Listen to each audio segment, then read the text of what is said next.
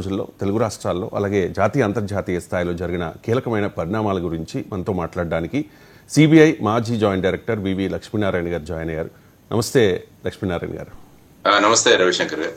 Sir, election commission మీద రాహుల్ గాంధీ చాలా తీవ్రమైన ఆరోపణలు చేశారు. ఇది ప్రజాస్వామ్యంపై అణుబాంబు దాడి లాంటిది అంటూ కూడా తీవ్ర విమర్శలు చేసిన పరిస్థితి కనిపిస్తోంది. ఆయన చేసిన విమర్శలు ఏంటంటే election commission and Bharatiya Janata party రెండు పార్టీలు కుమ్మక్కై జాతీయ స్థాయిలో భారీగా ఓట్ల చోరీ జరిగింది అని చెప్పి కీలకమైన ఆధారాలను కూడా రాహుల్ గాంధీ ప్రస్తావించిన పరిస్థితి. ఇది చాలా అగ్రెసివ్ ఎలిగేషన్స్ స్వతంత్ర భారత చరిత్రలోని ఎన్నికల వ్యవస్థ మీద. సో రాహుల్ గాంధీ ఆరోపణల మీద మీ కామెంట్ ఏంటి? ఇలా జరిగే అవకాశం ఉందంటారా అసలు మన వ్యవస్థల్లో? రాహుల్ గాంధీ గారు బెంగళూరు సెంట్రల్ పార్లమెంటరీ కాన్స్టిట్యుయెన్సీ తీసుకుని దాని విశ్లేషణ చేశారు. అందులో కూడా ముఖ్యంగా ఒక అసెంబ్లీలో జరిగిన అవకతవకలు అన్నట్టు ఆయన మొన్న మాట్లాడడం జరిగింది. మహాదేవ్పూర్ అన్నది. యాక్చువల్ గా మీరు రాజ్యాంగం చూసుకుంటే ఆర్టికల్ 324 ప్రకారం ఎలక్షన్ కమిషన్ అన్నది ఫ్రీ అండ్ ఫెయిర్ ఎలక్షన్స్ భారతదేశంలో కండక్ట్ చేయాలి. ఆ తర్వాత రిప్రజెంటేషన్ ఆఫ్ పీపుల్ యాక్ట్ అని 1950 ఉంటది. ఆ తర్వాత వచ్చేసి రిజిస్ట్రేషన్ ఆఫ్ ఎలక్టరల్ రూల్స్ అని 1960లో చేయబడింది. అంటే ఆయన ముఖ్యంగా ప్రశ్నలు సంధించింది ఎలక్టోరల్ లిస్ట్ ఏదైతే అంటే ఓటర్ లిస్ట్ ఏదైతే తయారు చేశారో దానిలో అనేక అవకతవకలు జరిగాయి అన్నది ఆయన చెప్పిన ప్రధానమైన విషయం. యాక్చువల్ గా ఎలక్షన్ కమిషన్ 18 సంవత్సరాల పైబడిన ప్రతి ఒక్కరికి కూడా ఓటింగ్ ఆపర్చునిటీ వాళ్ళు క్రియేట్ చేస్తారన్నమాట. అంటే ఓటర్ గా రిజిస్ట్రేషన్ చేసుకోవడానికి 18 సంవత్సరాల నుంచి పైబడిన వాళ్ళందరికీ కూడా అవకాశం ఇవ్వాలి, ఆ విధంగా రిజిస్టర్ చేయాలి. దానికోసం ఏం చేస్తారంటే వీళ్ళు ఎలక్టోరల్ రోల్స్ ప్రిపేర్ చేస్తుంటారు ప్రతి సంవత్సరం కూడా. కాబట్టి ప్రతి సంవత్సరము దాన్ని రివైజ్ చేస్తారు. ఒకసారి సమ్మరీ రివిజన్ అని కూడా అంటారు. ఆ తర్వాత స్పెషల్ రివిజన్ ఏదైతే మీరు ఇప్పుడు బీహార్ లో చూస్తున్నారో దాన్ని స్పెషల్ రివిజన్ అంటారు. కాబట్టి ఈ విధంగా కంటిన్యూస్ అప్డేషన్ జరుగుతూ ఉంటుంది. సో ఈ విధమైన దాంట్లో ఆయన అనేక అనుమానాలు వ్యక్తం చేశారు. ఆయన ముఖ్యంగా అన్నది ఏంటంటే డూప్లికేట్ ఎంట్రీస్ అన్నవి సుమారుగా ఒక 12,000 ఉన్నాయి. ఇన్వాలిడ్ అడ్రస్, ఫేక్ అడ్రస్లతో సుమారుగా కొన్ని ఉన్నాయి. 12,000 ఎంతో, 40,000 ఎంతో అన్నారు. తర్వాత బల్క్ అడ్రస్, ఒకే అడ్రస్ లో చాలా మంది ఉండడం, ఇలా ఒక 10,000 దాకా. తర్వాత ఫొటోస్ లేకుండా సుమారుగా ఒక 4,000. ఆ తర్వాత ఫామ్ 6 రిజిస్ట్రేషన్ అంటే మామూలుగా కొత్త ఓటర్లను రిజిస్టర్ చేయడానికి ఉపయోగించిన ఫామ్స్ ద్వారా సుమారుగా ఒక 33,000. అంటే మొత్తంగా 1,00,000 పైగా ఈ విధమైన ఓటర్ లిస్ట్ లో అవకతవకలు జరిగాయి అని చెప్పేసి ఆయన చెప్పడం జరిగింది. కానీ ఇప్పుడు వీళ్ళు ఏమంటున్నారంటే ఎలక్షన్ కమిషన్ ఏమంటుందంటే మాకు మీరు ఒక కంప్లైంట్ అఫిడవిట్ లో ఓత్ మీద సైన్ చేసి మాకు కంప్లైంట్ ఇవ్వండి, మేము చేస్తామని వాళ్ళ వాదన. ఈయనేమంటారంటే నేను డైరెక్ట్ గా ఇక పబ్లిక్ లోనే మాట్లాడాను, సో ఇంకా దానికోసం మీ ఓత్ దీనికి ఎందుకు, సో ఆ విధంగా మీరు దీన్నే కాగ్నిజెన్స్ తీసుకొని చేయాలి అని. నిన్న చూసాం మనం బెంగళూరులో కూడా ఆయన ఒక ఎలక్షన్ కమిషన్ ఆఫీస్ వర్క్ అనుకుంటాను విధాన్ సౌధ నుంచి వారు కూడా తీయడం జరిగింది. ఆ తర్వాత మళ్ళా ఐ థింక్ ఆగస్టు 12 ఎప్పుడో పార్లమెంటు నుంచి election commission of India office కూడా ఆ విధంగా వెళతాము అన్నది వారు చేస్తున్న విధానం. యాక్చువల్ గా ఇందులో చూసుకుంటే మీరు ఒకసారి చరిత్రలోకి వెళితే ఈ మహదేవ్పురా యొక్క ఓటింగ్ గురించి 2022లో కూడా వాదోపవాదాలు జరిగాయి, ఒక ఎంక్వైరీ కూడా జరిగింది. అప్పుడు వాళ్ళు చెప్పింది ఏంటంటే ఈ మహదేవ్పురా అన్నది ముఖ్యంగా బెంగళూరులో ప్రస్తుతం విస్తరిస్తున్న ప్రాంతం. దానివల్ల చాలా మంది ఇక్కడ రియల్ ఎస్టేట్ ప్రాజెక్ట్స్, తర్వాత కొత్త కొత్త కన్స్ట్రక్షన్స్ జరుగుతున్నాయి. కాబట్టి పబ్లిక్ చాలా వేగంగా అక్కడికి వస్తున్నారు. కాబట్టి ఓటర్ లిస్ట్ లో ఆ మార్పు అన్నది సహజంగా సంభవిస్తుంది. ఆ తర్వాత మీరు అక్కడ పార్లమెంటరీ కాన్స్టిట్యుయెన్సీ తీసుకుంటే అక్కడ ప్రస్తుతం ఉన్న పిసి మోహన్ అని భారతీయ జనతా పార్టీ అతను 4వసారి అక్కడ ఎన్నికయ్యాడు. అదే విధంగా మీరు చూసుకుంటే మహదేవ్పురాలో కూడా ఇంతకు ముందు అరవింద్ లింబార్లీ అని ఒక ఆయన ఎమ్మెల్యేగా భారతీయ జనతా పార్టీనే ఆయన 2008, 2013, 2018లో ఆయన ఎమ్మెల్యేగా ఉన్నారు. ఆ తర్వాత వాళ్ళ భార్య మంజుల అనే ఆవిడ ఈసారి 2023లో ఆవిడ ఎన్నికైంది. సో ఓవరాల్ గా మీరు చూసుకుంటే ఆ బెంగళూరు సెంట్రల్ అన్నది భారతీయ జనతా పార్టీకి ముఖ్యంగా ప్రధానమైన ప్రాంతంగా మనకు కనిపిస్తుంది దీంట్లో మనం చూసుకుంటే. దానితో పాటు మార్జిన్లు ఒకసారి చూసుకుంటే అంటే భారతీయ జనతా పార్టీ క్యాండిడేట్ కి కాంగ్రెస్ క్యాండిడేట్ కన్నా ఎన్ని ఓట్లు అధికంగా వచ్చాయని మీరు చూసుకుంటే 2009లో 35,000, 2014లో సుమారుగా 1,37,000, 2019లో 70,000 మరియు 2024లో మొన్న జరిగిన ఎన్నికల్లో 32,000. సో ఈ విధంగా అక్కడ మెజారిటీలు అన్నవి తీసుకోవడం జరిగింది. సో ఈ పార్శ్వభూమిలో ఇప్పుడు రాహుల్ గాంధీ గారు తెచ్చిన సందర్భం ఏదైతే ఉందో దాని గురించి ఎలక్షన్ కమిషన్ ఆలోచించాల్సిన అవసరం.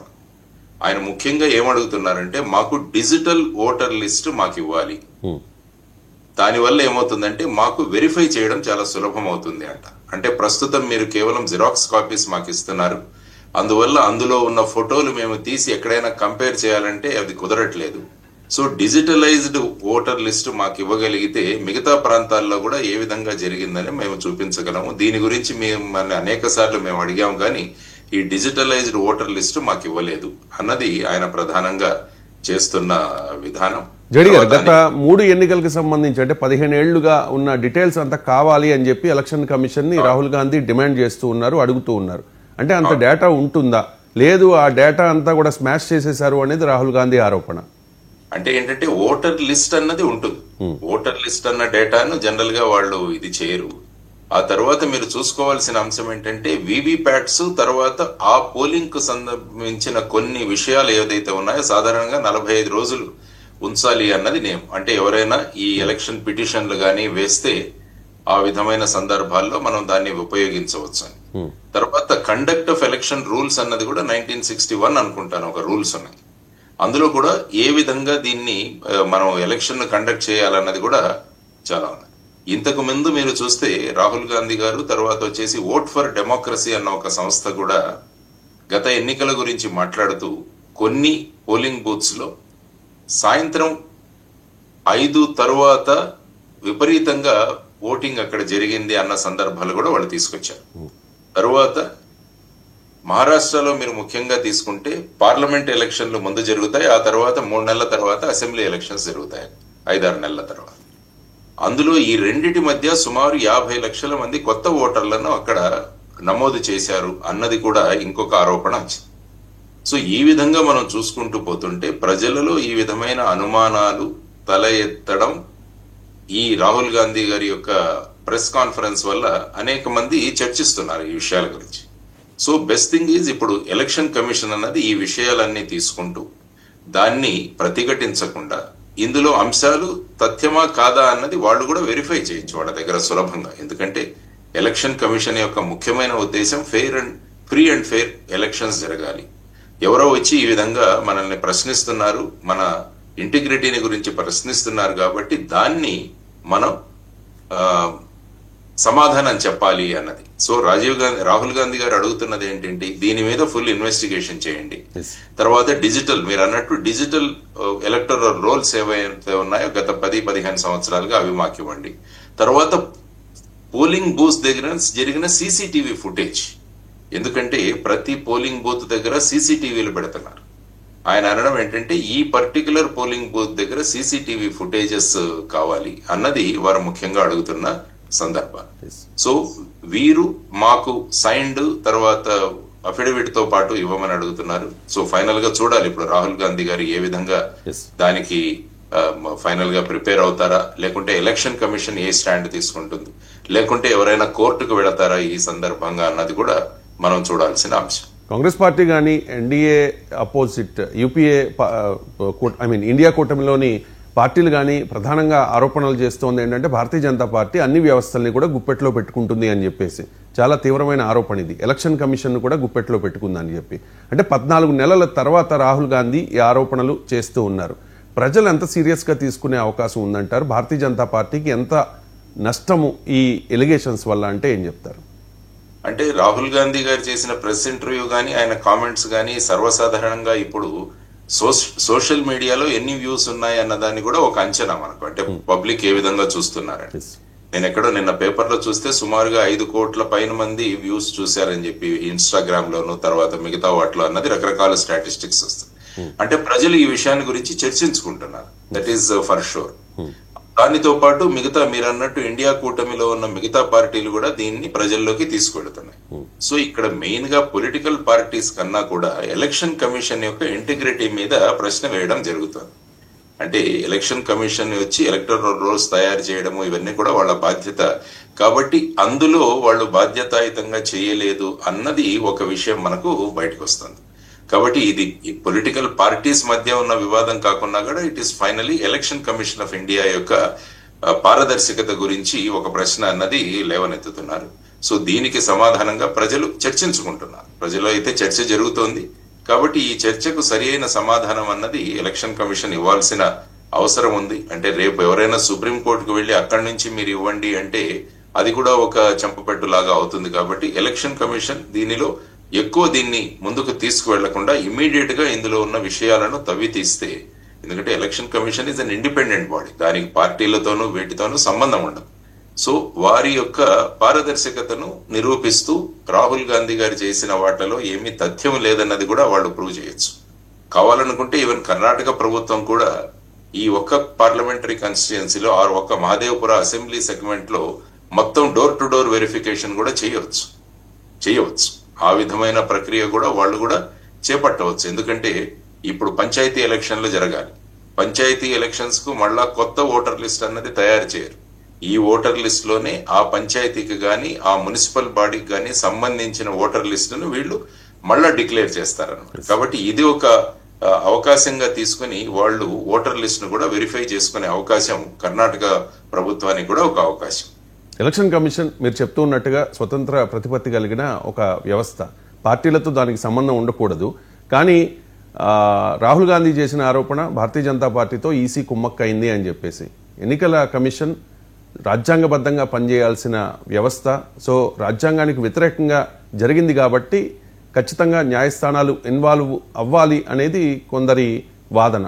న్యాయస్థానాలు సుప్రీంకోర్టు సుమోటోగా ఈ ఇష్యూని తీసుకునే అవకాశం ఉందంటారా? ఇది రాజ్యాంగబద్ధంగా జరిగిందనే రాజ్యాంగ విరుద్ధంగా జరిగిందనే ఆరోపణలు ఉన్నాయి కాబట్టి. అంటే బేసిక్ గా సుప్రీంకోర్టు సుమోటోగా తీసుకోవడం అన్నది ఈ పరిస్థితిలో అవకాశం తక్కువ. గాని ఎవరైనా కోర్టుకు వెళ్లే అవకాశం, నేను ఇంతకు ముందు చెప్పినట్టు ఓట్ ఫర్ డెమోక్రసీ గాని అసోసియేషన్ ఫర్ డెమోక్రటిక్ రైట్స్ ఇలా రకరకాల వాళ్ళు కోర్టులను ఆశ్రయిస్తుంటారు. కాబట్టి ఈ రాహుల్ గాంధీ యొక్క ఈ ప్రెస్ కాన్ఫరెన్స్ బేసిస్ గా ఆయన, ఎందుకంటే బేసిక్ గా ఇన్ఫర్మేషన్ కూడా ప్రజెంట్ చేశారు. సో వీటి ద్వారా ఎవరైనా సుప్రీం కోర్టులో ఒక పబ్లిక్ ఇంట్రెస్ట్ లిటిగేషన్ గానీ ఒక రిట్ పిటిషన్ గానీ వేసే అవకాశం ఉండొచ్చు. ఆ తర్వాత ఖచ్చితంగా ఎలక్షన్ కమిషన్స్ కు నోటీస్ ఇస్తుంది సుప్రీంకోర్టు. ఈ విషయాలు వచ్చాయి, మాకు మీ అభిప్రాయం ఏంటి, మీరు అఫిడవిట్ చేయండి, ఆర్ ఈ విషయం అంతా ఎలక్షన్ కమిషన్ పరిధిలో ఉంది కాబట్టి ఎలక్షన్ కమిషన్ కు వెళ్ళండి అని చెప్పి కూడా చెప్పే అవకాశం. సో ఈ లోపల ఎలక్షన్ కమిషన్ ఎలా స్పందిస్తుందన్న దాని మీద ఫ్యూచర్ కోర్స్ ఆఫ్ యాక్షన్ ఉంటుందని నేను అనుకుంటాను. రవిశంకర్, రైట్ అండి. ప్రపంచంలోనే అతిపెద్ద ప్రజాస్వామ్య దేశం, ఒక ప్రజాస్వామ్య పండుగ మన దేశంలో ఎన్నికలంటే దాదాపు ఒక 2 నెలల పాటు జరుగుతూ ఉంటాయి. ప్రపంచ దేశాలన్నీ చాలా నిశ్చితంగా గమనిస్తూ ఉంటాయి. అంతర్జాతీయ మీడియా కూడా అసలు ఎవరు గెలుస్తారు ఏంటి అనే దాని మీద రకరకాల అంచనాలు ఇస్తూ ఉంటాయి.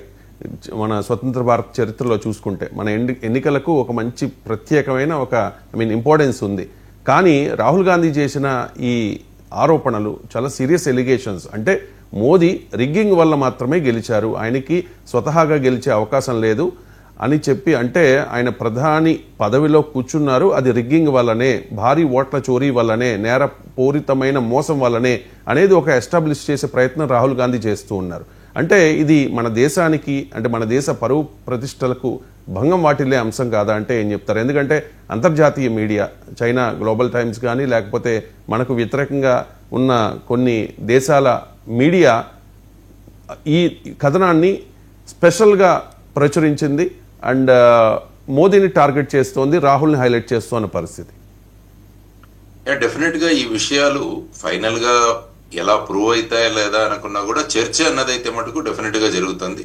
మీరు అన్నట్టు అంతర్జాతీయ వేదికల్లో కూడా ఈ విషయాల గురించి చర్చ జరుగుతోంది. అందువల్ల సాధారణంగా ఈ విధంగా పార్టీల మీద ఈ విధమైన ఆరోపణలు ప్రత్యారోపణలు అన్నది సహజంగానే జరుగుతుంటాయి. ఎందుకంటే డెమోక్రసీలో ఫైనల్ గా ఎలక్షన్ లో ఎవరు గెలుస్తారన్న దాని మీద ఆధారపడి ఉంటుంది.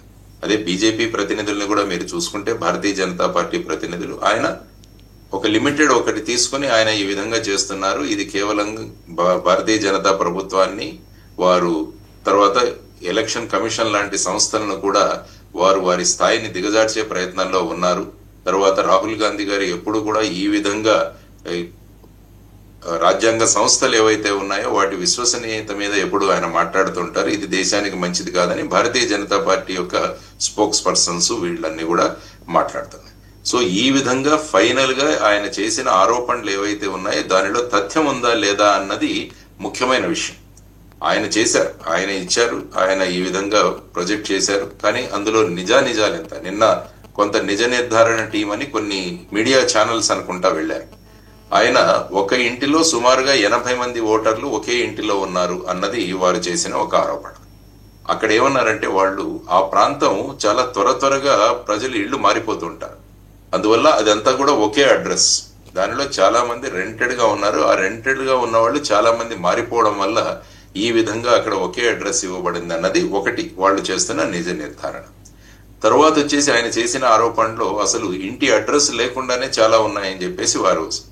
అందుకని నేను చెబుతున్నది ఏంటంటే దీని గురించి వెంటనే ఒక కర్ణాటకలో ఉన్న ప్రభుత్వం కానీ అక్కడున్న స్టేట్ ఎలక్షన్ కమిషన్ కానీ వారు ఇండిపెండెంట్ గా కూడా ఒక వెరిఫికేషన్ చేయవచ్చు. ఆ తర్వాత ఎలక్షన్ కమిషన్ ఏ విధంగా దీన్ని, ఎందుకంటే ఎలక్షన్ కమిషన్ కూడా దీని మీద మౌనంగా ఉంటే అది కూడా దాని విశ్వసనీయత మీద ఒక ప్రశ్నార్థకంగానే ఉండిపోతుంది.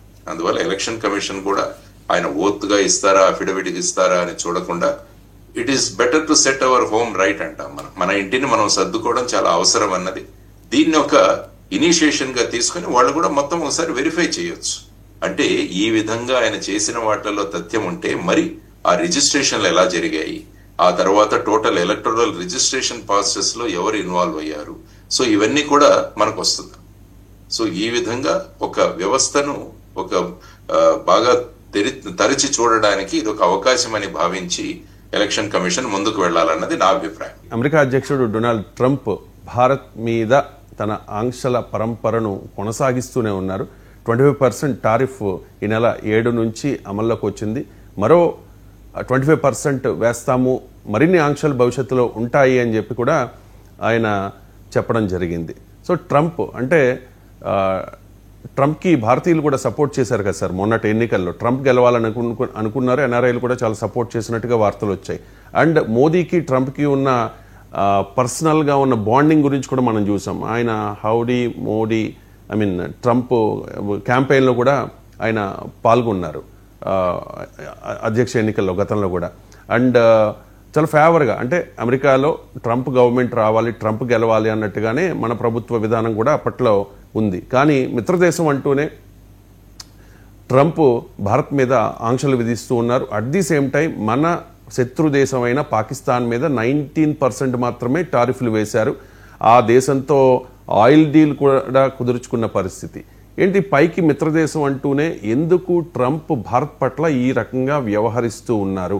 అసలు ట్రంప్ ఇంత కక్ష భారత్ మీద పెంచుకోవడానికి గల కారణం ఏంటి అనేది ఎవరికి అర్థం కావడం లేదు సార్. ఏం చెప్తారు? ఏంటి కారణాలు ఏమై ఉండొచ్చు? ట్రంప్ ఎలక్షన్ ఒకసారి మీరు చూస్తే ఈసారి ఆయన ముఖ్యంగా 2 నినాదాలతో వచ్చారు.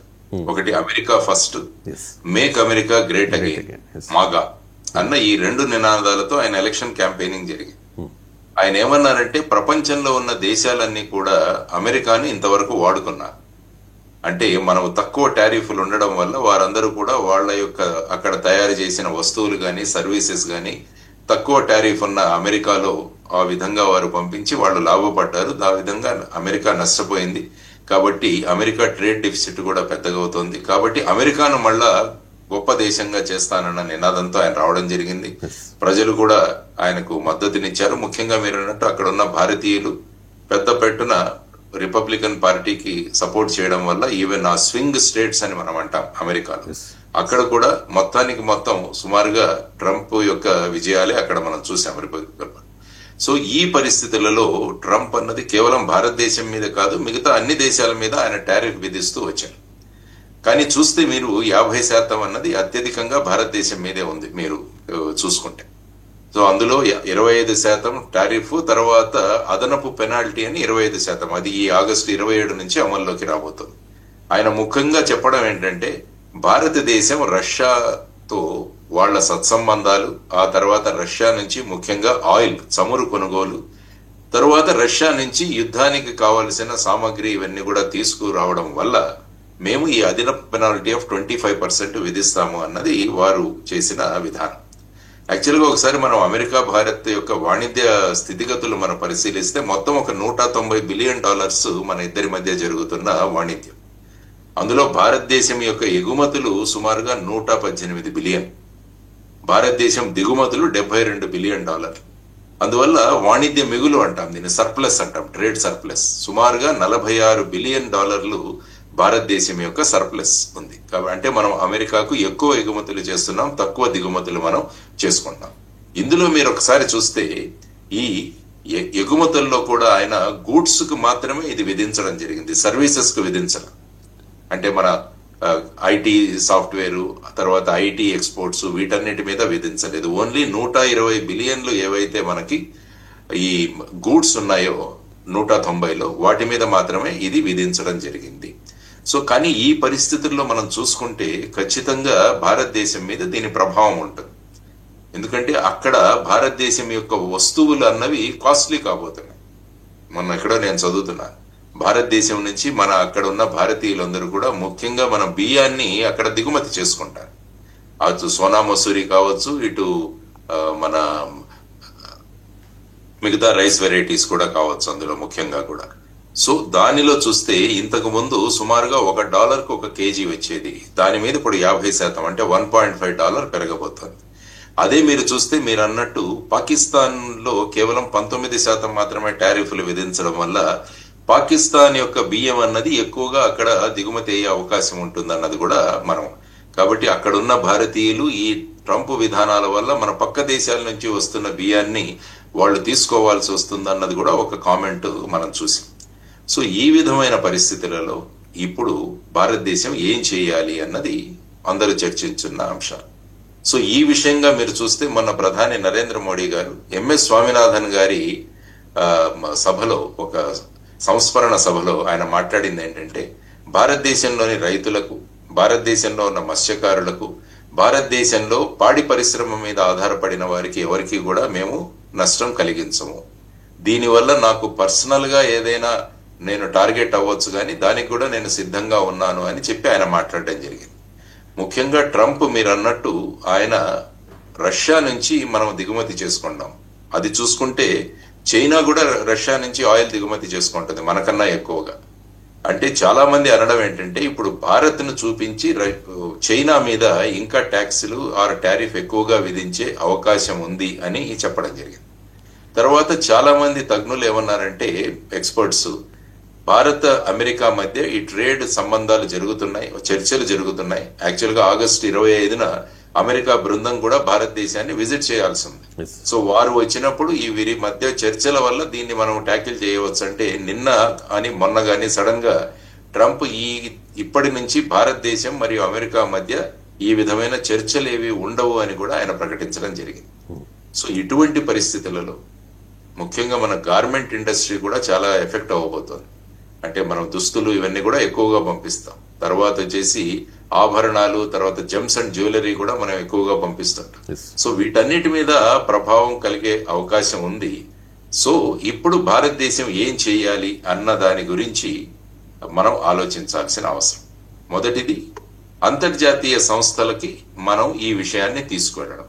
అంటే WTO అని ఉంటుంది, వరల్డ్ ట్రేడ్ ఆర్గనైజేషన్ లో ఈ విషయం గురించి ఈ విధంగా టారిఫ్స్ విధించడం అన్నది సబబు కాదు. ఎందుకంటే ఈ WTO అన్నది అమెరికానే తీసుకొచ్చింది. అంటే పొలిటిక్స్ మీద ఆధారం కాకుండా ట్రేడ్ అన్నది సక్రమంగా జరగాలంటే అన్ని దేశాల్లో ఒక ట్రీటీ ఉండాలని చెప్పేసి వరల్డ్ ట్రేడ్ ఆర్గనైజేషన్ దాని నుంచి తెచ్చారు. తర్వాత గ్యాట్ కూడా ఉంది, general agreement on trade and tariff అని. సో ఇది ఒకటి. కాబట్టి అంతర్జాతీయ స్థాయిలో భారతదేశం ఇది తీసుకెళ్లే అవకాశం. తర్వాత భారతదేశం కూడా ఇమీడియట్ గా తన యొక్క ప్రభావాన్ని కూడా చూపిస్తూ వాళ్ళు ఏమన్నారంటే, ఏవైతే మేము F-35 ఫైటర్ జెట్స్ ఏవైతే మేము ఉన్నాయో వాటిని కూడా మేము తీసుకోవడం ఆపేస్తున్నాము. ఆ తర్వాత P-81 అన్నది కూడా మేము ఆపేస్తున్నాము. తర్వాత ఈ హెలికాప్టర్లు కూడా మేము తీసుకోము అన్నట్టుగా వాళ్ళు 1-2 సందర్భాల్లో ముఖ్యంగా F-35లు P-81 గురించి మాట్లాడడం జరిగింది భారతదేశం వీటిని మేము కొనుగోలు చేయం అంటే భారతదేశం కూడా తన రియాక్షన్ ను వ్యక్తం చేస్తుంది. ఆ తర్వాత మన national security advisor Ajit Doval గారు రష్యా విజిట్ చేసి మొన్న పుతిన్ గారిని కలవడం జరిగింది. చేసి ఆయన్ను భారతదేశానికి ఆహ్వానించడం కూడా జరిగింది. ఐ థింక్ ఆయన ఈ సంవత్సరంలోనే భారతదేశానికి వచ్చే అవకాశం ఉందని వారు మాట్లాడటం. తరువాత బ్రిక్స్ దేశాలు ఏవైతే ఉన్నాయో వాటి మధ్య కూడా ఒక సయోధ్య అన్నది మొదలైంది. ముఖ్యంగా బ్రెజిల్ దేశం అధ్యక్షుడు లూలా అనుకుంటా, ఆయన మొన్న ట్రంప్ ఏమన్నారంటే Brazilian president can speak to me about the tariffs అన్నాడు. ఎందుకంటే వాళ్ళ మీద కూడా 50% విధించారు అక్కడ. అప్పుడు ఆయన ఏమన్నారంటే Brazil president, I would rather speak to Narendra Modi and Xi Jinping than to Trump అని అన్నారు. అంటే ఈ విధమైన దేశాలన్నీ కూడా దగ్గరికి వచ్చే పరిస్థితులు కూడా ఉన్నాయి. మీరు చైనా కూడా ఒకసారి పరిశీలిస్తే చైనాలో ఉన్న మీడియాలో కూడా చాలా విషయాలు వచ్చాయి. ఇప్పుడు భారతదేశము చైనా అన్న సంబంధాలు మనం మెరుగుపరుచుకోవచ్చు, so dragon is going to dance with elephant అన్నది కూడా ఆ విధమైన వార్తలు వస్తుంది. సో ఆ విధంగా బ్రిక్స్ అన్న సంస్థని మళ్ళా చేయడం, తర్వాత రష్యా, చైనా, భారతదేశం ఇదొక, తర్వాత బ్రెజిల్, బ్రిక్స్ కూటమి ఇవన్నీ. ఎందుకంటే బ్రిక్స్ దేశాల మీద ఇంకా టారిఫ్ విధిస్తానని కూడా ట్రంప్ వార్నింగ్ ఇవ్వడం జరిగింది. అంటే బ్రిక్స్ దేశాల్లో ఆయన భయం ఏంటంటే డాలర్ ప్రభావాన్ని తగ్గించే ప్రమాదం వాళ్ళు ప్రయత్నాలు చేస్తున్నారు అని చెప్పి ఇంకా కొత్త కరెన్సీని ఏదో తీసుకురాబోతున్నారు అన్నది ఒక రకమైన వార్త. సో ఈ విధమైన ప్రమాదం కూడా డాలర్ యొక్క ప్రభావం తగ్గిపోయే అవకాశం ఉంటుంది. కాబట్టి మేము ఈ టారిఫ్ల ద్వారా మేము చేస్తాము అని వాళ్ళు మాట్లాడుతున్నారు. ట్రంప్ టారిఫ్లకి అనేక రకాల నుంచి అనేక విధాలుగా ప్రొటెస్ట్ జరుగుతుంది. మీరు యాక్చువల్ గా కెనడాలో ఒకసారి మాట వింటే ఒంటేరియా అనే ప్రాంతం నుంచి అమెరికాలోని 4 రాష్ట్రాలకి ఎలక్ట్రిసిటీ సప్లై జరుగుతుంది. వారు కూడా దాని మీద 25% టారిఫ్ విధించారు. అంటే యావరేజ్ అమెరికన్ ఇంటి మీద సుమారుగా నెలకు ఒక $100 ఎక్స్ట్రా పడబోతుంది. సో ఇటువంటి రియాక్షన్స్ వల్ల ఫైనల్ గా ట్రంప్ ఏ విధంగా రియాక్ట్ అవ్వబోతున్నారు. ఎనివే చర్చల ద్వారా వీటిని కూడా పరిష్కరించుకునే అవకాశం ఉంది. కాబట్టి రాబోయే కాలంలో వేచి చూడాలి అన్నది మనం అనుకోవాలి. రవిశంకర్, ట్రంప్ వైఖరి గతంతో చూసుకుంటే ఇప్పుడు చాలా భిన్నంగా ఉంది. సెకండ్ టైం ఆయన ప్రెసిడెంట్ అయిన తర్వాత భారత్ విషయంలో ముఖ్యంగా ఆయన చెప్తూ ఉన్నారు, ఇండియా పాకిస్తాన్ యుద్ధాన్ని నేనే ఆపేశాను అని చెప్పి ఇప్పటి వరకు నాకు తెలిసి 30-35 సార్లు వివిధ వేదికల్లో ఆయన మాట్లాడారు. కానీ భారత్ అగ్రెసివ్గా ఖండించని పరిస్థితి. నిన్న రాత్రి ఒక న్యూస్ వచ్చింది సార్, అమెరికా నుంచి ఆయుధాల కొనుగోలును ఆపేస్తూ ఉన్నట్టుగా కేంద్రం ప్రకటించింది అని చెప్పి జాతీయ మీడియాలో కూడా బిగ్ బ్రేకింగ్ న్యూస్ అది. సో ఇప్పుడు government denies report claiming US arms purchase to be paused అని చెప్పేసి అంటే డినై చేసింది గవర్నమెంట్. సో ఎందుకు ఒక అగ్రెసివ్ డెసిషన్ అమెరికా విషయంలో ఇన్ని ఆంక్షలు విధిస్తూ ఉన్నా, ఇంత విషం కక్కుతున్నా, మన శత్రువు పాకిస్తాన్తో చట్టాపట్టాలు వేసుకుని ఆయిల్ డీల్ కుదుర్చుకుని ఈ రకంగా వ్యవహరిస్తూ ఉన్నా ఎందుకు అమెరికా విషయంలో మనం భారత్ కాస్త స్లోగా ఉంది? ఏంటి వ్యూహం అంటే ఏం చెప్తారు? అమెరికాతో పెట్టుకోవడం మంచిది కాదు అని మోదీ అనుకుంటూ ఉన్నారా? ఎందుకంటే ఈ విషయాల్లో స్ట్రాటజిక్ గా మనం ఫాలో అవడం చాలా అవసరం. ఎందుకంటే ఆవేశాలు, రోషాలతో వెళితే ఫైనల్ గా ఏంటంటే భారతీయులు చాలా మంది అమెరికాలో ఉన్నారు. తర్వాత మనది one of the important trading partner వచ్చేసి అమెరికా. అందుకనే మీరు చెప్పినట్టు అరౌండ్ $46 బిలియన్ మనకి సర్ప్లస్ ఉంది. అంటే మన ఎగుమతులు ఎక్కువగా ఉన్నాయి అక్కడ. ఆ తర్వాత ముఖ్యంగా మన విద్యార్థులు గాని వీరంతా ఎక్కువగా అక్కడికి వెళ్లి చదువుకుంటున్నారు. చాలా మంది భారతీయులు అక్కడ H1B వీసాల మీద, మిగతా వీసాల మీద అక్కడ పనిచేస్తున్నారు. కాబట్టి ఎప్పుడు కూడా ఈ గివ్ అండ్ టేక్ అన్న విధానం అన్నది జనరల్ గా ఈ చర్చల్లో కొనసాగుతుంటుంది. సో ఆ విధంగా కేవలం ఒక భారతదేశమే కాదు, మిగతా దేశాలు కూడా వీటికి ప్రొటెస్ట్ చేస్తున్నారు. కాబట్టి ఏ విధంగా దీన్ని మనం మలుచుకోవాలన్నది కూడా ఆధారపడి ఉంటుంది. ఎందుకంటే అల్టిమేట్ గా మనం ఎకానమీలో ముందుకు వెళుతున్నాం. యాక్చువల్ గా మీరు చూసుకుంటే గోల్డ్మన్ సాక్స్ అనే సంస్థ ఒక రీసెర్చ్ కండక్ట్ చేసి వాళ్ళు ఏం చేశారంటే ఈ టారిఫ్ల వల్ల సుమారుగా భారతదేశం యొక్క జీడిపి 0.6% ఎఫెక్ట్ అయ్యే అవకాశం ఉంది, గ్రోత్ రేట్ అన్నది వాళ్ళ రిపోర్ట్. సో ఎందుకంటే ఇప్పుడు ప్రస్తుతం మనం అభివృద్ధి పథంలో ఉన్నాం, 3rd లార్జెస్ట్ ఎకానమీ కాబోతున్నాము.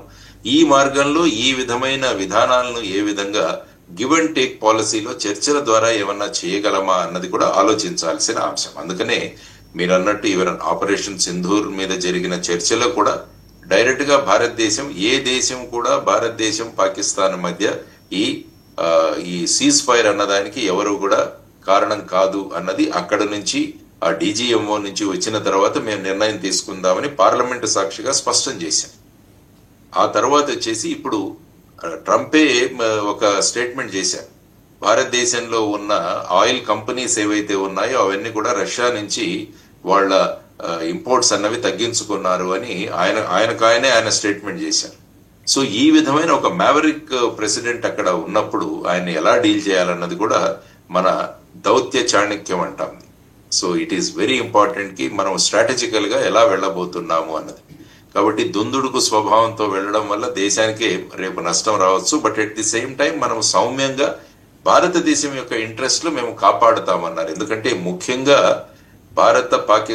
అమెరికా మధ్య జరుగుతున్న చర్చలలో అమెరికన్ అధ్యక్షుడి యొక్క ప్రధానమైన ఉద్దేశం ఏంటంటే అమెరికాలో ఉన్న వ్యవసాయ ఉత్పత్తులు తర్వాత డైరీ ఉత్పత్తులు అన్నవి భారతదేశంలోకి తీసుకురావాలి అన్నది ఆయన ప్రధాన ఉద్దేశం.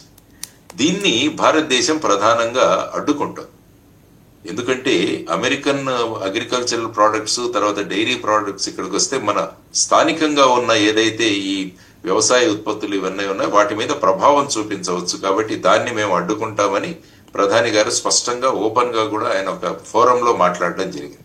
సో రాబోయే కాలంలో మనం వేచి చూడాలి ఇవి ఏ విధంగా ముందుకు తీసుకువెళ్తాయి, మిగతా దేశాల యొక్క ప్రెషర్ ఏ విధంగా అమెరికా మీద ఉండబోతోంది. ఎందుకంటే అమెరికాలోని ప్రజలు కూడా వీరందరికీ ఈ విధంగా విధించడం వల్ల అక్కడ ఇన్ఫ్లేషన్ గానీ అక్కడ రేట్లు పెరగబోతున్నాయి. ఫైనల్ గా అమెరికన్ దేశస్తులు దీన్ని భరించాలి ఈ టారిఫ్ అంతా కూడా. ఆ తర్వాత మిగతా దేశాలు అక్కడ ఉన్న ఎగుమతులు ఎఫెక్ట్ అవుతాయి. కాబట్టి ఇంటర్నల్ పాలసీ మనం ఏ విధంగా మార్చుకోవచ్చు అన్నది కూడా మన ప్రభుత్వం ఆలోచిస్తోంది.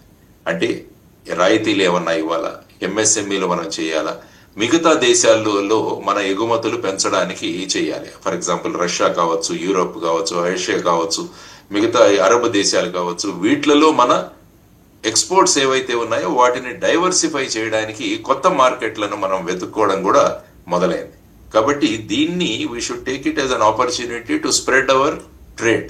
మన వాణిజ్యాన్ని పెంపొందించడానికి దీన్ని ఒక అవకాశంగా మనం మలుచుకోగలిగితే అది కూడా ఒక కొత్త మార్గానికి దారి తీస్తుందన్నది కూడా మనం అనుకుంటున్నాం. రష్యాతో వాణిజ్య సంబంధాలు కలిగి ఉండడం, ఆయిల్ని దిగుమతి చేసుకోవడం అండ్ ఆయుధాలని దిగుమతి చేసుకోవడాన్ని ట్రంప్ తీవ్రంగా అబ్జెక్ట్ చేస్తూ ఉన్నారు. అందుకే ఆంక్షలని కూడా అంటూ ఉన్నారు.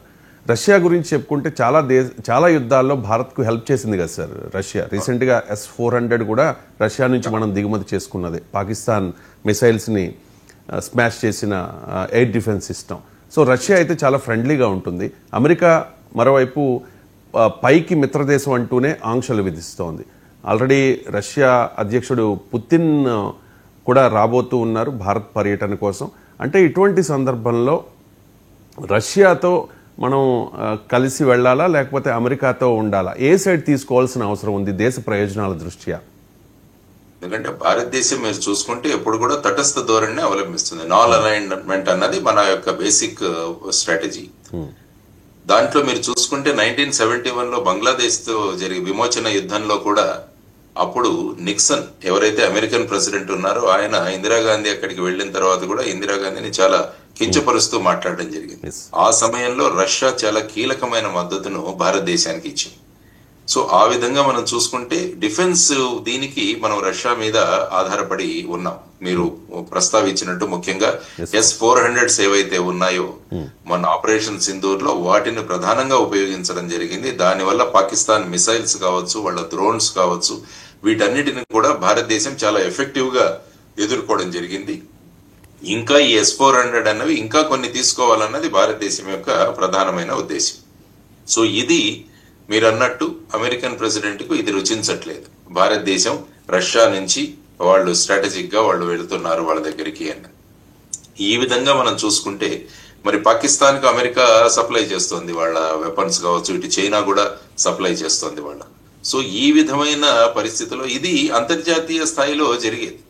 లేకుంటే నువ్వు నా దగ్గరే తీసుకోవాలి అన్న ఒక ఏదైతే ప్రెషర్ పెట్టే ప్రయత్నం జరుగుతుందో అది ఇంటర్నేషనల్ పార్లెన్స్ లో ఇట్ ఈస్ నాట్ కరెక్ట్. ప్రతి ఒక్క దేశము వాళ్ళ యొక్క రక్షణ సంబంధాలు ఎవరితో ఉండాలి, ఏ విధంగా తీసుకోవాలన్నది వాళ్ళకి ఇండిపెండెంట్ గా నిర్ణయించుకునే అవకాశం కూడా ఉంది. అటు చూసుకుంటే మరి అమెరికా నిర్ణయాలు ఏదైనా ఇరాన్ మీద దాడి చేయడం గాని లేకుంటే ఇజ్రాయెల్కు మద్దతు ప్రకటించడం కానీ అది వాళ్ళు చేస్తున్నారు. ఇంతకు ముందు చూసుకుంటే ఇరాక్ లో వాళ్ళు చేసినది, తర్వాత ఆఫ్ఘనిస్తాన్ లో వాళ్ళ వ్యూ పాయింట్, ఇవన్నీ కూడా రకరకాలుగా సందర్భాల్లో వాళ్ళ నిర్ణయాలను మనం ఏ విధంగా అయినా వాటిని విమర్శించవచ్చు, దాన్ని విశ్లేషించవచ్చు. సో ప్రతి దేశానికి వాళ్ళు తీసుకునే నిర్ణయాలకు వాళ్ళకి ఇండిపెండెన్స్ ఉంది. కాబట్టి నేనే బిగ్ బ్రదర్ నని నేను చెప్పిన మాట మీరందరూ వినాలి అన్న ఒక ధోరణి ఏదైతే ఉందో అది సబబు కాదు. అందుకనే రష్యాతో ఇంకా మా సంబంధాలు మెరుగుపరుచుకుంటున్నామన్న భారతదేశం యొక్క వ్యూ పాయింట్ ఉందో అంటే మన ఎన్ఎస్ఏ గారు అక్కడికి వెళ్ళడం, రష్యన్ ప్రెసిడెంట్ మన భారతదేశం విజిట్ అనడం, ఇవన్నీ కూడా ఇంటర్నేషనల్ లెవెల్లో ట్రంప్ కూడా ఈ విషయాల నుంచి నేర్చుకోవాలి. ఎందుకంటే వాళ్ళ ఓన్ పార్టీ నుంచి కూడా ఆయనకు వ్యతిరేకత మొదలైంది. అమెరికన్లు కూడా కొంతమంది వ్యతిరేకిస్తున్నారు ఆయన నిర్ణయాన్ని. ఎందుకంటే అమెరికన్ ప్రజలు ఫైనల్ గా ఈ ట్రేడ్ వార్ లో జరిగే విషయాలన్నీ కూడా వాళ్ళు ఫైనల్ గా భరించాల్సి వస్తుంది. సో ఇటువంటి సందర్భంలో భారతదేశం ఏదైతే ఈ దౌత్య సంబంధాలు కావచ్చు, వాణిజ్య సంబంధాలు కావచ్చు, వాటి మీద కరెక్ట్ అయిన నిర్ణయంతోనే ముందుకు వెళుతున్నారన్నది నా అభిప్రాయం. ఆంక్షలు ఒక ఎత్తు అయితే పాకిస్తాన్ అనుకూల వైఖరి ట్రంప్ తీసుకోవడం కూడా భారత్కి రుచించని అంశంగా మనం చెప్పుకోవాలి. అండ్ ఐ లవ్ పాకిస్తాన్ అన్నారు కదా సార్ ట్రంప్. అండ్ అసిమ్ మునీర్ని వైట్ హౌస్లోకి ఇన్వైట్ చేసి విందు కూడా ఇచ్చారు. సో చాలా పాకిస్తాన్ అనుకూల ధోరణి కనిపిస్తోంది ట్రంప్లో. అంటే అది భారత్కి నష్టమే కదా. పాకిస్తాన్ మన శత్రు దేశం, పక్కలో బల్లెంలా ఉంటుంది, ఎప్పుడు పిచ్చోడు చేతిలో రాయిలా ఆ దేశం వద్ద అణుబాంబులు ఉన్నాయి, అణుబాంబులు వేస్తామని కూడా మొన్న ఆపరేషన్ సింధూర్ సందర్భంగా మనల్ని బెదిరించారు. కానీ ట్రంప్ ఎటువంటి అలా చెయ్యొద్దు అని చెప్పి ఒక హెచ్చరిక కూడా పాకిస్తాన్కి ఇవ్వని పరిస్థితి. సో అంటే పాకిస్తాన్ అనుకూల వైఖరి ట్రంప్ తీసుకోవడం దానివల్ల భారత్కి కలిగే నష్టం ఏంటి? ఎందుకంటే పాకిస్తాన్ తో ట్రంప్ ఎప్పుడు కూడా, ఈవెన్ అమెరికా కూడా అటు భారతదేశంతో సంబంధాలు మెయింటైన్ చేస్తూ కూడా వాళ్లకు ముఖ్యంగా ఆయుధ సరఫరా ఇవన్నీ కూడా ఎక్కువగా జరుగుతుంది మన దగ్గర నుంచి. మొన్న పాకిస్తాన్ తో ఆయిల్ డీల్ కూడా మేము చేసుకోబోతున్నాము, కొన్ని సంవత్సరాల తర్వాత పాకిస్తాన్ నుంచే భారతదేశం ఆయిల్ తీసుకోవాల్సి వస్తుందేమో అని కూడా ఆయన వ్యాఖ్యానించారు. అంటే ఇది రెచ్చగొట్టడం అనమాట. ఈ విధంగా అంటే మేము చెప్పినట్టుగా మీరు అనుసరించాలి అన్నది ఒక రకమైన ప్రెషర్ తీసుకురావడం అన్నది. మన శశి థరూర్ గారు మాట్లాడుతూ, నేను ఎన్ని సంవత్సరాలు ఈ ఫారిన్ రిలేషన్స్ వీటిలలో ఉన్నాను కానీ పాకిస్తాన్ లో ఇంత చమురు నిల్వలు ఎక్కడున్నాయో నాకు తెలియదని ఆయన కూడా వ్యాఖ్యానించారు. సో ఆ తర్వాత మీరు అన్నారు ఆసిఫ్ మునీర్ కూడా మళ్ళా రెండవసారి అమెరికాకు వెళ్ళబోతున్నాడు అన్నది కూడా వార్తలు మనం వింటున్నాం. సో ఈ విధంగా భారత పాకిస్తాన్ సరిహద్దుల మధ్య ఈ విషయం కొన్ని రోజులు కొనసాగే అవకాశం ఉంది.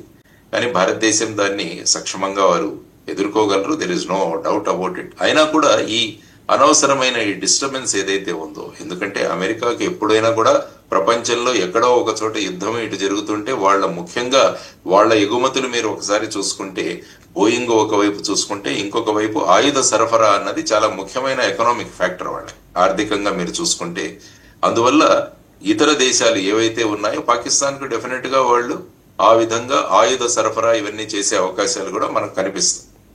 సో ఈ విధమైన ఈ గ్లోబల్ రిలేషన్స్ కానీ, జియో పొలిటిక్స్ కానీ మనం ఒకసారి మాట్లాడితే కొన్ని రోజులు ఈ విధమైన టెన్షన్స్ అన్నవి కొనసాగే అవకాశం అయితే ఖచ్చితంగా ఉంది. అటు వాణిజ్య పరంగాను, ఇటు డిఫెన్స్ పరంగాను కూడా భారతదేశం ఈ విధమైన ఇన్స్టెబిలిటీ ఆ ప్రాంతంలో ఉంటుందన్నది వాళ్ళ అంచనాలో ఉంది. దానికి కావలసిన విధి విధానాలు ఏవైతే చేసుకుంటామన్నది ఇప్పుడు చూస్తే ప్రధాని నరేంద్ర మోడీ గారు కూడా షంఘై కాన్ఫెడరేషన్ ఆఫ్ ఆర్గనైజేషన్స్ దానికి కూడా వెళుతున్నారు ఇప్పుడు.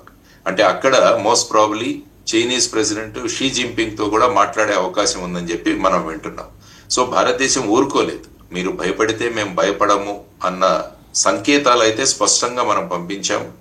ఆ తర్వాత మిగతా దేశాలతో కూడా దౌత్య సంబంధాలు, తర్వాత వాణిజ్య సంబంధాలు మెరుగుపరుచుకునే ప్రయత్నాలు కూడా చేస్తున్నారు. సో రాబోయే కాలంలో దీని మేక్ ఇన్ ఇండియాను కూడా ఇంకా విస్తరించడానికి, ఆత్మనిర్భర్ భారత్ ను కూడా మనం మళ్ళా విస్తరించడానికి కూడా ఇది ఒక అవకాశంగా తీసుకుంటుంది భారతదేశం అని నేను అనుకుని, కొత్త మార్కెట్లు ఇంతకుముందు నేను చెప్పినట్టు మార్కెట్ విస్తరణ అన్నది కూడా భారతదేశం ప్రధానంగా గనక వర్కౌట్ చేయగలిగితే అమెరికా చేస్తున్న ఈ మనల్ని భయపెట్టే ధోరణులు కానీ, వారు ఇచ్చే స్టేట్మెంట్లు కానీ మనం స్ట్రాటజిక్ గా తర్వాత వచ్చేసి ట్రేడ్ పరంగా కూడా ఎదుర్కొనే అవకాశం అన్నది ఖచ్చితంగా ఉంది. ఒక కీలకమైన పరిణామం, ప్రపంచమే బిత్తరపోయే అంటే భయాందోళన చెందే అంశం ప్రపంచంలోని రెండు శక్తివంతమైన దేశాలు, వేల సంఖ్యలో అణ్వాయుధాలు కలిగిన దేశాలు రష్యా అండ్ అమెరికా. ఈ రెండు దేశాల మధ్య ఉద్రిక్తతలు పెరుగుతూ ఉన్నాయి సార్. ట్రంప్ ఒక కీలకమైన నిర్ణయం తీసుకున్నారు. రష్యా సమీప జలాల్లోకి 2 అణు జలాంతర్గాముల్ని పంపించబోతూ ఉన్నారు. ఆల్రెడీ ఆన్ ది వే అనుకుంటా. అండ్ రష్యా కూడా ఒక సంకేతం ఇచ్చేసింది రీసెంట్గా, అణ్వాయుధ ప్రయోగానికి వెనకాడము అని చెప్పేసి. అండ్ దిమిత్రి మెద్వదేవ్ మాజీ అధ్యక్షుడు, అలాగే పుతిన్కి సన్నిహితుడు, డెడ్ హ్యాండ్ ప్రస్తావన కూడా తీసుకొచ్చారు సార్. అంటే ప్రపంచమే షేక్ అయ్యే వార్త ఇది. ఏంటి, ఏం జరగబోతోంది? అంటే థర్డ్ వరల్డ్ వార్ వస్తుంది, లేకపోతే అణుయుద్ధం వస్తుంది, ఈ టైపు వార్తలు వస్తూ ఉన్నాయి. ఏం జరగబోతోంది సార్ అసలు? మీరు అన్నట్టు ఒక అణ్వాయుధాలు కలిగి ఉన్న జలంతర్గాములు అంటే మన సబ్మెరైన్స్ అటు సైడ్ దిశగా వెళ్ళగా ఆయన ఆదేశాలు ఇచ్చారని, అవి ఆన్ ది వే అని కూడా మనం విన్నాం. ముఖ్యంగా మనం చూసుకుంటే మళ్ళా అమెరికా అధ్యక్షుడు, రష్యా అధ్యక్షుడు పుటిన్, ట్రంప్ త్వరలో కలవబోతున్నారు అన్నది కూడా మనం అంశం. వీరిద్దరూ కూడా కలిసి ముఖ్యంగా యుక్రెయిన్ యొక్క యుద్ధాన్ని ఏ విధంగా వాళ్ళు ఇది చేయాలి అన్నది వాళ్ళు చేస్తున్న అంచనా. ఇప్పుడు ఎలా ఉంటుందంటే, కుస్తీ పోటీలో ఇద్దరు కుస్తీలు పట్టే వాళ్ళు తిరుగుతుంటారు. మొదట యాక్చువల్ గా ఫైటింగ్ కి ముందు వాళ్ళు తిరుగుతూ ఇలా తొడలు చరుస్తుంటారు, జబ్బలు చరుస్తుంటారు. ఇవన్నీ కూడా మామూలుగా మనం చూస్తుంటాం. కానీ ఫైనల్ గా రింగ్ లోకి వెళ్ళిన తర్వాత ఏమైతుంది అని, అసలు రింగ్ లో వెళతారా లేదా అన్నది కూడా మనం చెప్పలేం. సో ఈ విధమైన ఈ కుస్తీలో ఈ పైల్వాన్లు అన్నది ఏ విధంగా చేస్తున్నారో ఆ విధంగా ట్రంప్ మాట్లాడితే డెఫినెట్ గా పుతిన్ కూడా మాట్లాడతారు. ఎందుకంటే is responsible to his own people. కాబట్టి అక్కడ ఉన్న ప్రజల యొక్క మనోభావాలని దృష్టిలో ఉంచుకొని వాళ్ళు స్టేట్మెంట్ ఇవ్వడం కూడా చాలా అవసరం. సో ఈ విధమైన పరిస్థితుల్లో మనం ఎప్పుడూ చూస్తున్నాం, రష్యా యుక్రెయిన్ యుద్ధం వారంలో ముగిసిపోతుంది అనుకున్నది 3 సంవత్సరాలుగా కొనసాగుతూనే ఉంది. ఎందుకంటే అందులో అమెరికన్ ఇంట్రెస్ట్లు కూడా ఉన్నాయి. అక్కడ కూడా వాళ్ళ నాటో యొక్క స్థావరం అక్కడ పెట్టాలని, ఆ తర్వాత ఆ ప్రాంతంలో మన యొక్క హోల్డ్ ఉండాలని చెప్పేసి వారు అంటున్నారు. లేకుంటే ఒక చిన్న దేశమైన యుక్రెయిన్ ఇన్ని సంవత్సరాలుగా మనకు యుద్ధాన్ని కొనసాగించడం అంటే దాని వెనకాల ఖచ్చితంగా యూరోప్ కంట్రీస్, అదే విధంగా అమెరికా కూడా వారి వెనకాల ఉంది. సో ఈ యుద్ధాన్ని ఆపాలంటే ఈ ఇరుపక్షాల నుంచి వాళ్ళు కూర్చొని మాట్లాడే అవకాశం ఉంది. కాబట్టి త్వరలో ఈ అమెరికా అధ్యక్షుడు తర్వాత పుటిన్ కి మధ్య జరిగే చర్చల ద్వారా ఆ ప్రాంతంలో ఉన్న సీరియస్నెస్ ఎంత పెరుగుతుందో అన్నది కూడా చూడాలి. మీరు అన్నట్టు మిగతా దేశాలు ఒకవైపు ఈ వార్, రెండవది వచ్చేసి ట్రేడ్ వార్. సో ఈ రెండింటినీ లక్ష్యం తీసుకొని మొత్తం ప్రపంచం ఎలా స్పందించబోతుంది, ప్రపంచంలో కొత్త కూటములు ఏమన్నా ఏర్పడబోతున్నాయా, కొత్త అలయన్సెస్ ఏమన్నా ఏర్పడబోతున్నాయా అన్నది కూడా మనం చూడాల్సిన అంశం. ఏది ఏమైనా ప్రపంచం అంతా కూడా ఇప్పుడు అభివృద్ధి మీద ఆధారపడి ఉన్నదనేది మనం గమనించాలి. ఈ విధంగా యుద్ధాల వల్ల అందరూ యుద్ధాల్లో ఎప్పుడు కూడా ఎవరు కూడా విజేతలు ఉండరు, మొత్తం దేశాలే నష్టపోతాయి. సో ఆ విధమైన పరిస్థితుల్లో ఒకవైపు చూసుకుంటే మీరు ఇజ్రాయెల్, హమాస్, గాజా మీద అక్కడ జరుగుతున్న యుద్ధం, మొన్న చూసిన ఇజ్రాయెల్, ఇరాను, అమెరికా వీళ్లను మనం చూస్తున్నాం. సో ఇటువంటి పరిస్థితులలో మనం ఈ యునైటెడ్ నేషన్స్ అన్నది, ఐక్యరాజ్య సమితి అన్నది ప్రధానమైన పాత్ర వహించాలి, కానీ వారి పాత్ర కూడా అంత గొప్పగా మనకు కనిపించడం లేదు. సో ఏది ఏమైనా మొత్తం ప్రపంచ దేశాల మధ్య శాంతి నెలకొలాలని, ఈ విధమైన టెర్రర్ తర్వాత ఈ విధమైన ప్రభావాలు చూపించే తత్వం ఏదైతే ఉందో అమెరికా కూడా దానికి స్వస్తి పలికి మంచి అట్మాస్ఫియర్ ని, మంచి వాతావరణాన్ని సృష్టించాలని మనం అనుకుందాం. P4 programme, people public private partnership, పేదల్ని సంపన్నులుగా మార్చే ఒక వినూత్నమైన కార్యక్రమం చంద్రబాబు నాయుడు గారు తీసుకొచ్చారు. ఆగస్టు 19 నుంచి ఈ కార్యక్రమం స్టార్ట్ కాబోతుంది. ఇప్పటికే 10 లక్షల మంది 10 లక్షల బంగారు కుటుంబాలని సెలెక్ట్ చేశారు. 1 లక్షకు పైగా మార్గదర్శకుల్ని గుర్తించారు. సో స్వచ్ఛందమే, ఎటువంటి నిర్బంధము లేదు అని చెప్పి పైకి ప్రభుత్వం చెప్తూ ఉన్నప్పటికీ వైఎస్ఆర్ కాంగ్రెస్ పార్టీ ఆరోపిస్తోంది ఇది ఒక పబ్లిసిటీ స్టంట్ మాత్రమే, ఒత్తిడి ఉంది, ప్రభుత్వ ఉద్యోగులను కూడా కంపెల్ చేస్తూ ఉన్నారు, మీరు మార్గదర్శకులుగా మారండి అని చెప్పేసి. సో ఈ P4 కార్యక్రమం మీద మీ కామెంట్ ఏంటి సార్? అంటే పేదలు సంపన్నులుగా మారతారంటే ఓకే, కానీ ఆ సంపన్నులు డబ్బులు సంపాదించుకున్న వాళ్ళు మార్గదర్శకులుగా మారి వాళ్ళు డబ్బులు ఇవ్వడానికి స్వచ్ఛందంగా ఎంతవరకు ముందుకు వచ్చే అవకాశం ఉందంటారు? P4 అన్నది కొత్త ఒక పథకం. మీరు యాక్చువల్ గా ఇదేం కొత్త పథకం కాదు. యాక్చువల్ గా మీరు చూసుకుంటే CSR అన్నది ఒకటి ఆల్రెడీ ఉంది మన దగ్గర, కార్పొరేట్ సోషల్ రెస్పాన్సిబిలిటీ. అంటే ఏవైతే కంపెనీలు ప్రాఫిట్ లో ఉన్నాయో వాళ్ళ దాంట్లో ఒక 2% అన్నది మనం కార్పొరేట్ సోషల్ రెస్పాన్సిబిలిటీ అంటే ప్రజల కోసం వినియోగించాలి అన్నది మన దగ్గర విధానం కొనసాగుతూనే ఉంది. అంటే వాళ్ళు స్కూల్స్ కట్టించడము, హాస్పిటల్స్ కట్టించడము, లేకుంటే పిల్లలకు లేకుంటే వాళ్ళకు సహాయపడడం, ఇలాంటి కార్యక్రమాలు మనం చూస్తూనే ఉన్నాం. సో దీన్ని ఒక కొత్త ప్యాకేజింగ్ లో P4 అన్న పథకం అన్నది చంద్రబాబు గారు ప్రవేశపెట్టారు. యాక్చువల్ గా మీరు ప్రపంచం చూసుకుంటున్నా కూడా ధనికులకు పేదలకు మధ్య ఉన్న వ్యత్యాసం పెరిగిపోతుంది. ఈవెన్ భారతదేశం కూడా మనం 5 ట్రిలియన్ ఎకానమీగా వెళుతోంది అని చూస్తే మళ్ళా ధనికులకు పేదలకు మధ్య ఉన్న ఈ డిఫరెన్స్ ఏదైతే ఉందో, వ్యత్యాసం ఏదైతే ఉందో అది పెరిగిపోతుంది. కాబట్టి ఏ దేశంలో అయినా పేదలను మనం ఆదుకోవాల్సిన అవసరం ఉందన్నది కాన్సెప్ట్. మీరు యాక్చువల్గా ఈ వెల్ఫేర్ స్కీమ్స్ ఏవైతే మీరు చూసారో వాటిని కూడా ప్రజలకు డైరెక్ట్ బెనిఫిట్ ట్రాన్స్ఫర్ ఇవ్వడం ద్వారా వారి యొక్క ఆర్థిక స్థితిని పెంచాలి అన్నది కూడా ఒక కాన్సెప్ట్. మనం వాటిని ఫ్రీబీస్ అని అంటాం, కానీ జనరల్ గా పొలిటికల్ పార్టీలు వీళ్ళని జస్టిఫై చేసుకుంటూ మేము పేదల యొక్క స్థాయిని పెంచడానికి ఈ విధంగా కృషి చేస్తున్నాం అన్నది చేసి. కాబట్టి ఈ P4 పథకం ద్వారా మీరు అన్నట్టు బంగారు కుటుంబాలు మరియు మార్గదర్శకులు వీళ్ళను తీసుకొచ్చి మార్గదర్శకులు అన్న వాళ్ళకి శాశ్వతంగా వీళ్ళు పేదరికం నుంచి బయటపడడానికి అవకాశం కల్పించాలి అన్నది ముఖ్యమైన ఉద్దేశం. కాబట్టి ఆ కుటుంబాలను వీళ్ళు అడాప్ట్ చేసుకుంటారు. ఆ కుటుంబాలను వీళ్ళు అడాప్ట్ చేసుకుని వాళ్లకు కావలసిన ఏదైతే సహాయం ఉందో ఆ సహాయాన్ని ఈ మార్గదర్శకులు అన్న వాళ్ళు అందిస్తారు అన్నది. కాబట్టి మీరు అన్నట్టు సుమారుగా 10 లక్షలకు పైగా ఈ కుటుంబాలు, బంగారు కుటుంబాలను ఆల్రెడీ ఎన్నిక చేశాము. వాళ్లతో ఆల్రెడీ మార్గదర్శకులు వాళ్లకు సహాయం చేస్తున్నారు. ఆగస్టు 19 నుంచి దీన్ని ఇంకా యుద్ధ ప్రాతిపదిక మీద మేము తీసుకువెళ్తాము అన్నది చూడాలి. సో నేను ఎప్పుడో చెప్పాను, P4 పథకం రాగానే నేను ఒక ట్వీట్ చేశాను. అందులో నేను చెప్పింది ఏంటంటే, ప్రతి ఎమ్మెల్యే వాళ్ళు ఎలక్షన్ లో వాళ్ళు డిక్లేర్ చేస్తారు అసెట్స్ అని. ఆ అసెట్స్ నుంచి ప్రతి సంవత్సరం ఒక 10% ఈ P4 దానికి మీరు వాళ్లను దత్తత తీసుకోవాలి అన్నది నా ప్రతిపాదన. అంటే ఇప్పుడు చంద్రబాబు గారు కూడా సుమారుగా 250 కుటుంబాలని నేను దత్తత తీసుకున్నానని చెప్పి వారు కూడా ప్రకటించారు. మిగతా వాళ్ళు కూడా ముందుకు రావాలి అని ఆయన చెప్పడం. కాబట్టి always charity begins at home అంటాం. ఏదైనా మనం చేయాలంటే మన ఇంటి నుంచి మొదలు పెట్టాలి. కాబట్టి ఇప్పుడు చంద్రబాబు గారు మొదలు పెట్టారు. కాబట్టి వారి మంత్రివర్గ సహచరులు, వారి ఎమ్మెల్యేలు వీరందరూ కూడా వాళ్ళు కూడా మొదట మార్గదర్శనం చూపించాలి. లేకుంటే ఏమంటారు ప్రజలు, మీరేం చేయట్లేదు మమ్మల్ని అడుగుతున్నారన్న ఒక కామెంట్ కూడా వచ్చే అవకాశం. కాబట్టి చంద్రబాబు గారు P4 పథకంలో వాళ్ళ ఎమ్మెల్యేలు ఎన్ని బంగారు కుటుంబాలను దత్తత తీసుకుంటున్నారన్నది ప్రకటించాలి. ఈ P4 పథకం మీద ఒక పబ్లిక్ కాల్స్ తో ఒక ప్రోగ్రామ్ చేస్తే 2 రోజుల క్రితం మెజారిటీ కాలర్స్ ఇదే అభిప్రాయాన్ని వ్యక్తం చేశారు సార్. సో ప్రతి ఎమ్మెల్యే ఆర్ ఎంపీ ఒక ఎన్నికకు 50 నుంచి 100 కోట్లు ఖర్చు పెడుతూ ఉన్నారు కదా, మరి వాళ్ళే ముందు ఉండాలి కదా అని చెప్పేసి. అంటే వాళ్ళు ఏమంటున్నారంటే ఎమ్మెల్యేలు ఎంపీలు అదే మా P4 అంటున్నారు. మేము ఎలక్షన్ టైంలో డిస్ట్రిబ్యూట్ చేయడమే మా P4 అంటున్నారు. అది కరెక్ట్ కాదు. కానీ ఈ P4 లో అది వన్ టైం, కానీ ఇదేంటంటే శాశ్వతంగా వాళ్ళని పేదరికం నుంచి బయటికి తీసుకురావడం. అదే విధంగా ఈ బాండ్స్ ద్వారా, ఎలక్టోరల్ బాండ్స్ ద్వారా కూడా పార్టీలు చాలా డబ్బు సంపాదించాయి. యాక్చువల్ గా సుప్రీంకోర్టు ఎలక్టోరల్ బాండ్స్ అన్నది కరెక్ట్ కాదని కూడా నిర్ణయం ఇచ్చారు. కానీ ఎలక్టోరల్ బాండ్స్ ద్వారా ఇప్పటి వరకు పార్టీల దగ్గరికి వచ్చిన డబ్బు ఇంకా పార్టీల దగ్గరే ఉంది. 6,132 కోట్లు అనుకుంటాను మొత్తం. దాన్ని సుప్రీంకోర్టు ఏమీ చేయలేదు, అలాగే ఉంచింది.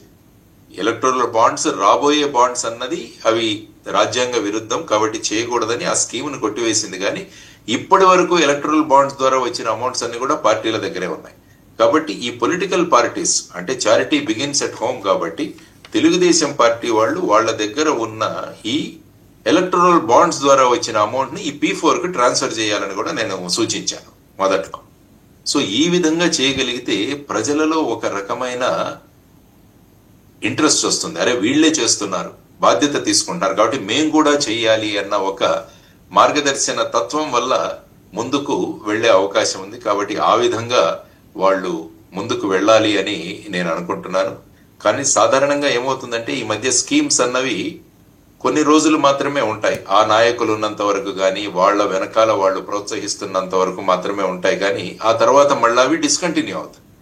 సాధారణంగా ఇప్పుడు మనం చూస్తున్నదంతా కూడా ఈ మధ్య ఈవెంట్ మేనేజ్మెంట్ లాగా జరుగుతుంది ప్రతి ఒక్కటి. కానీ ఇది ఈవెంట్ మేనేజ్మెంట్ గా కాకుండా P4 కు ఒక మార్గదర్శకమైన రూల్స్, ఆ తర్వాత దీన్ని ఎలా ముందుకు తీసుకువెళ్ళాలి ఇవన్నీ కూడా ఆలోచన చేస్తూ ఎవరిని కంపెల్ చేయకుండా P4 చేస్తే ఒక రకమైన వాళ్లకు సాటిస్ఫాక్షన్ కలుగుతుంది. మనము సమాజానికి పేయింగ్ బ్యాక్ టు సొసైటీ అంటాం. మనం ఈ పేయింగ్ బ్యాక్ సొసైటీకి P4 అన్నది ఒక మార్గం అని చెప్పేసి ప్రజలను కన్విన్స్ చేయగలిగితే అప్పుడు P4 లో రావడానికి అవకాశం ఉంటుంది. ఆటోమేటిక్ గా ఏ స్కీమ్ పెట్టినా కూడా ప్రతిపక్ష పార్టీ అన్న వాళ్ళు దాన్ని విమర్శించడం అన్నది అంటే వీళ్ళు ఏమన్నారంటే ఇప్పుడు ఈ పథకం ద్వారా రాజకీయ పార్టీ యొక్క ఇమేజ్ ని పెంచుకోవడానికి వాళ్ళు ప్రయత్నిస్తున్నారన్నది వైఎస్ఆర్ కాంగ్రెస్ వాళ్ళు చేస్తున్న ఇది. తర్వాత ఈ పథకం ఈవెంట్స్, ఫొటోస్ వీటికి మాత్రమే పరిమితమైంది కానీ ఎంతవరకు లోపలికి వెళ్ళింది అన్నది కూడా లేదు. అందువల్ల నిజమైన లబ్ధిదారుల జీవితాల్లో ఎలా మార్పు అన్నది ఎలా కొలవగలగాలన్నది కూడా ఒక స్కేల్ ఒకటి నిర్ణయించాలి. అంటే మేము ఇన్ని కుటుంబాలు చేయకుండా వాళ్ళ పరిస్థితి ఎలాగా, వాళ్ళకు ఉద్యోగాలు ఇచ్చామా, లేకుంటే ఆ విధంగా వాళ్ళ ఆర్థిక స్థితిగతులు ఏవైనా పెంచామో, వాళ్ళ ఫీజులు మనం కట్టామా, ఇవన్నీ కూడా చూడాలి. యాక్చువల్ గా ప్రభుత్వం చేస్తున్న పథకాలు ఏవైతే ఉన్నాయో వాటిని సక్రమంగా ఇంప్లిమెంట్ చేస్తే అదొక పెద్ద P4 అని నేను అనుకుంటా. అంటే ప్రభుత్వం ఉన్న పథకాలు, ఫర్ ఎగ్జాంపుల్ ఫీ రీయింబర్స్మెంట్ కావచ్చు, మిగతా వసతి దీవెన కావచ్చు, ఇవన్నీ కూడా చాలా పెండింగ్ ఉన్నాయని విన్నాం. అదే అభిప్రాయం వ్యక్తం అవుతోంది. అంటే ప్రభుత్వం చేయాల్సిన బాధ్యత కదా ఇది, పేదలను సంపన్నులుగా చేయడం అనేది. కానీ ఇది స్వచ్ఛందంగా కాకుండా కంపెల్ చేసి ఎవరి నెత్తి మీద పెట్టే ప్రయత్నం చేస్తూ ఉన్నారు అనేది.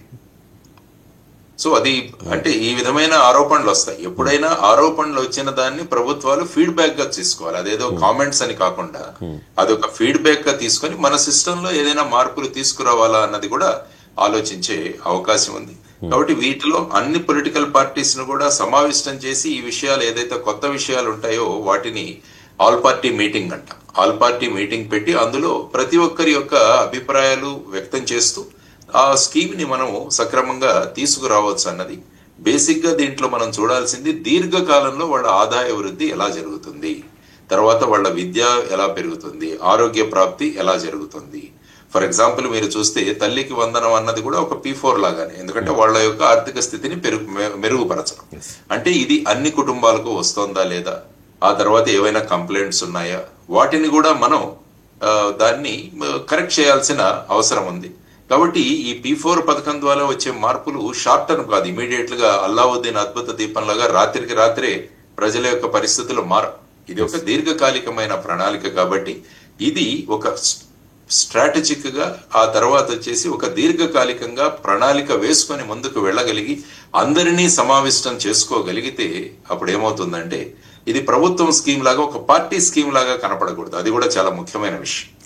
ఇది ప్రభుత్వం చేస్తున్న స్కీమ్ కాబట్టి ఇది ఒక పార్టీ యొక్క ఇమేజ్ ని పెంచడానికి అని కాకుండా ప్రభుత్వం నిజంగా పేదల యొక్క ఆర్థిక స్థితిగతులు మెరుగుపరచడానికి సిన్సియర్ గా చేస్తుందన్న అభిప్రాయం తీసుకురాగలిగితే అది మేబీ వాళ్ళ పొలిటికల్ పార్టీకి ఉపయోగపడవచ్చు. కానీ బేసిక్ గా ప్రజలకు కావాల్సిన ఆర్థిక స్థితిగతులు వాళ్ళు మెరుగుపడడానికి అవకాశం ఉంది. కాబట్టి ప్రభుత్వ పథకాలు సక్రమంగా అమలు చేయడం, ప్రభుత్వంలో కరప్షన్ తగ్గిస్తే అది కూడా ఒక పెద్ద P4 మారుతుంది. అంటే సంపాదించిన దానిలో పేదలకు ఎంతో కొంత పంచడం అనేది ఇప్పటిది కాదు కదా సార్, ఎప్పటి నుంచో ఉంది. మనం చూసాం ప్రకృతి విపత్తులు వచ్చినప్పుడు అందరూ కూడా డబ్బులు ఇస్తూ ఉంటారు. సెలబ్రిటీలు అవ్వచ్చు, రాజకీయ నాయకులు అవ్వచ్చు, సీఎంలు అవ్వచ్చు, చాలా సందర్భాల్లో మనం చూసాం. కానీ ఈ ప్రోగ్రాంలో డైరెక్ట్గా మార్గదర్శకులకు ఈ బంగారు కుటుంబాలని అటాచ్ చేస్తారు. అంటే వాళ్ళ బాగోగులు మీరు చూసుకోండి, ఈ వాళ్ళ అబ్బాయి చదువు బాగోగులు మీరు చూసుకోండి, లేకపోతే వాళ్ళ పోషణ కోసం మీరు చూసుకోండి. రకరకాలుగా ఉన్నాయి కదండి వాళ్ళ కోరికలు, వాళ్ళ అవసరాలు. సో ప్రాక్టికల్గా వచ్చే ప్రాబ్లమ్స్ ఏంటి? అటాచ్ చేస్తున్నారు కదా మార్గదర్శకుల్ని, బంగారు కుటుంబాలని కూడా అటాచ్ చేస్తున్నారు. అంటే ఇప్పుడు ఏంటంటే ప్రభుత్వం ఇద్దరిని కలిపేసి వాళ్ళు విత్డ్రా అయిపోవాలి. మీరు మార్గదర్శక కుటుంబాలుగా ఉన్నాయి, ఇవి బంగారు కుటుంబాలు, మీరు వాటిలను ఈ విధంగా చూసుకోవాలి అన్నది చేసి మళ్ళా రాజకీయ పార్టీ తర్వాత ఇది వచ్చేసరికి ఏమవుతుందంటే మళ్ళా అదొక విమర్శకు కూడా దారితీస్తుంది. అంటే ఎవరైతే ఈ బంగారు కుటుంబాల్లో వాళ్ళు కాదు, అంటే ఈ మార్గదర్శకులు ఎవరైతే ఉన్నారో వీళ్లకు కూడా రాజకీయ రంగు ఇచ్చే అవకాశం కూడా ఉంటుంది. వీళ్ళందరూ కూడా ఈ పార్టీ సింపథైజర్స్ ఇలా కూడా మాట్లాడుతున్నారు చాలా మంది కూడా.